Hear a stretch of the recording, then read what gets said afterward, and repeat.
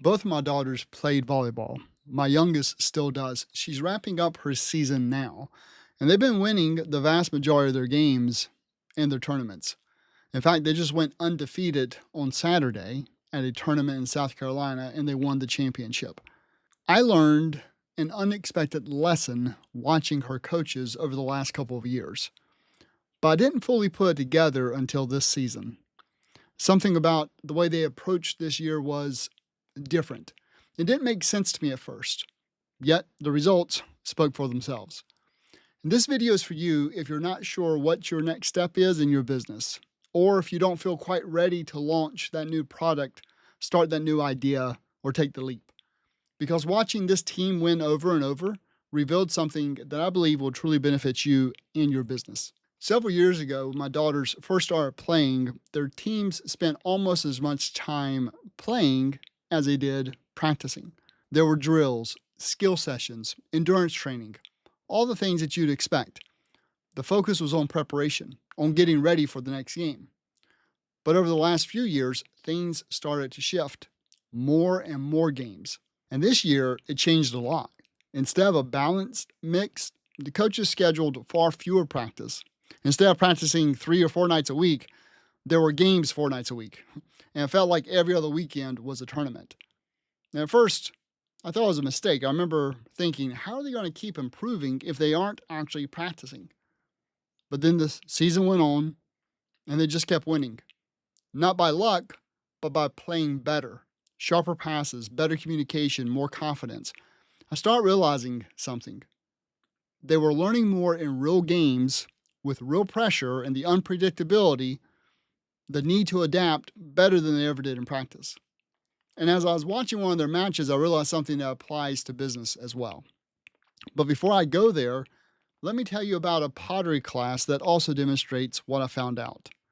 There's a story I heard earlier this year about a college pottery class, and the professor split the students into 2 groups. One group would be graded on quality. They only had to turn in 1 pot at the end of the semester, their very best work. The other group would be graded on quantity. It didn't matter how perfect their pots were. They just had to make as many as possible. Now, most people assumed that the quality group would produce the most beautiful, refined work. They had the time, they had the focus. But when the semester ended, the opposite happened. The quantity group didn't just make more pots, they made better pots.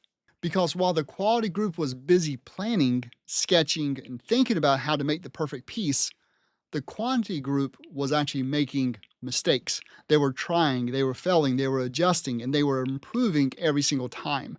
Their work was their practice. And as I watched my daughter's volleyball team this season, I realized that's exactly what her coaches had figured out. The more they played, the more they learned. The more they failed, the better they got. And that's when it clicked for me. This isn't just about sports or pottery. It's the same pattern that drives growth in business. I mean, watching my daughter's team and remembering the pottery story, it hit me. In business, we do the same thing. We tell ourselves we're not ready. We need to practice a little more, learn a little more, perfect the pot or the plan before we launch. But the truth is that kind of practice never really ends. There's always one more book to read, one more system to set up, one more perfect version to chase, one more video to watch. But the problem is that you can't practice your way to success. You have to play your way there. Because the real growth happens when you're in the game. The growth happens when you're under some pressure, when you have to adapt, when you take action even though you don't have all the answers yet. But taking the action builds clarity and confidence.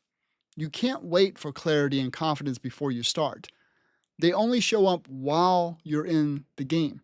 So if you've been waiting for the perfect time to launch your idea or start your next move, this is the starting whistle. Stop practicing, start playing. Because like those players and like that pottery class, the people who do more don't just get more done, they actually get better. And that's how you grow. So whether it's volleyball, pottery, or building a business, the people who win are the ones who get in the game. You don't need to be perfectly ready. You just need to start.